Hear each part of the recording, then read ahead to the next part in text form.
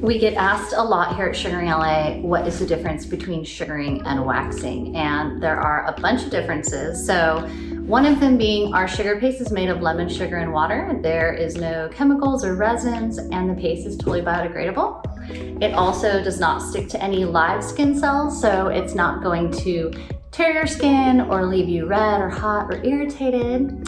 The sugar paste also is really great for all hair types, even like really short, strong hair. So we're able to pull that hair out in the natural direction, which is like the opposite of waxing, because waxing pulls your hair backwards. So sometimes it snaps your hair off right at the surface of the skin, and also can deform your hair follicles. So the sugaring technique actually pulls your hair in the natural direction that it grows. So then it's not breaking the hair or tearing the follicle. The paste also is biodegradable, and we love that. So we're using earth-friendly products. Yeah, those are just a couple cool things about the sugar versus waxing. Thanks, guys.